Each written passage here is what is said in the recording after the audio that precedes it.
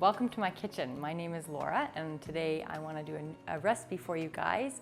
It's called Loads of Herbs Tomato Sauce, and it's where we take some fresh ingredients, fresh tomatoes, garlic and onions, all grown here on our farm and in the Okanagan, and I want to make a tomato sauce that's good for just fresh eating, or you can can it, or you can freeze it for winter as well. So this is a recipe that comes from our in-season cookbook. This is a recipe book that we sell at the farm, and we put together probably in the 90s from lots of our customers and their favorite recipes. So this recipe is called spicy tomato sauce in the book. And it's quite misleading because when you see spicy, you think like it's hot, but it isn't hot. It's just that it's got loads of spices in it. So the first thing that we're gonna do is we're gonna start by sauteing an onion and some garlic together. So I've got one of our big, beautiful Walla Walla sweet onions here, and I'm not gonna need this whole thing. So I'm gonna start by chopping up this big, beautiful onion. I think I'm only gonna need half of it. We'll cut the end off of it. And we wanna dice this. I like a chunky tomato sauce, so we're gonna dice it into a fairly small size pieces here, because I don't plan on blending this sauce. I am looking for a total of about 2 cups of onions for my sauce. Perfect. I'm gonna use 6 cloves of garlic.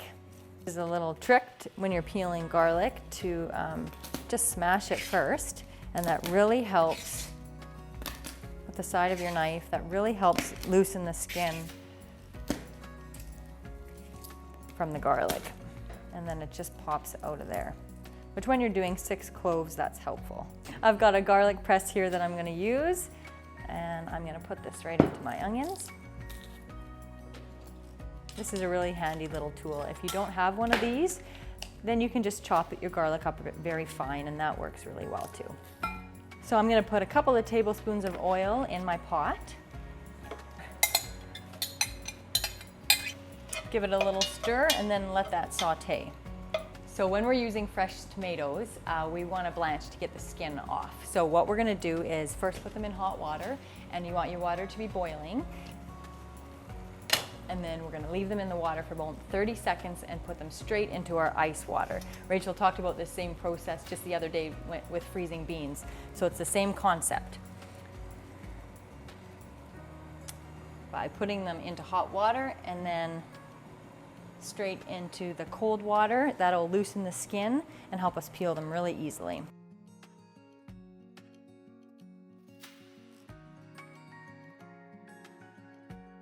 Don't forget to give your onions a stir every once in a while you're preparing your tomatoes.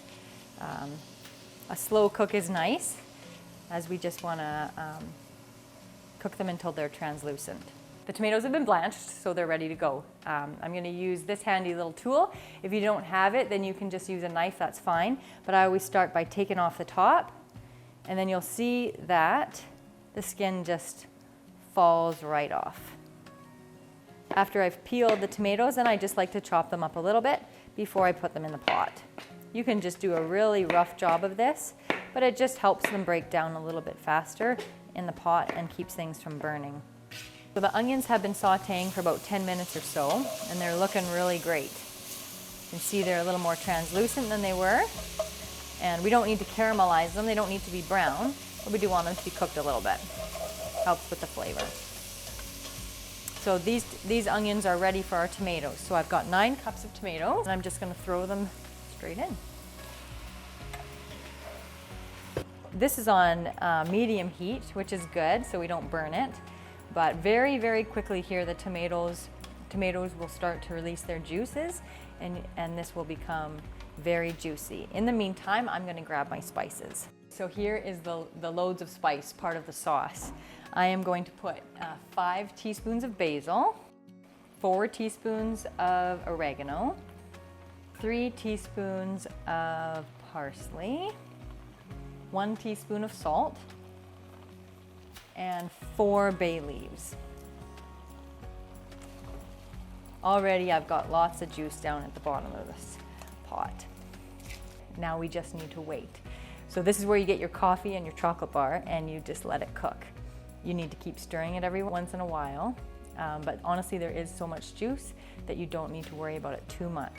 Put it onto medium heat and let it cook. So our sauce has been boiling for about half an hour to 45 minutes, and you can see it's still very runny, but it is starting to cook off some of the water. You want to make sure that you leave your pot uncovered so that you can boil off the liquid as fast as possible. There's still some big chunks, but it's definitely broken down a lot. So this is what our sauce looks like after about an hour and a half. You can see the tomatoes have really boiled down. It's still chunky, but there's no, you certainly couldn't pick out a tomato out of here. The spices are really well mixed in. It's a beautiful color and it's really, really full of flavor.